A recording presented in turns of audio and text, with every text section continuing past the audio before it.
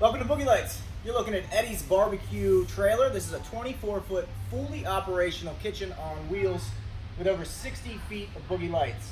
As you can see, the top roof lighting there and as well as the underglow are all on one single zone controller. They are multicolor.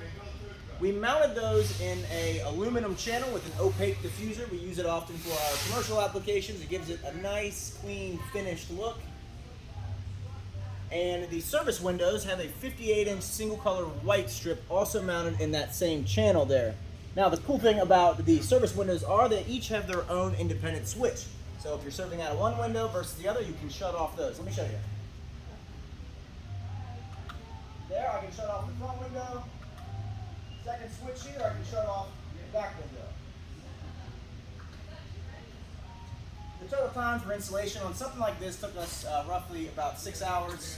And as I was saying, the underglow and roof lighting on one controller here, you turn them off, back on, you'll come on right to white. 7 different functions, 7 different preset colors. You can also operate them with your smartphone as well. Now everything that you see here was done in-house in Florence, Kentucky at Boogey Lights. Give us a call and get lit up today.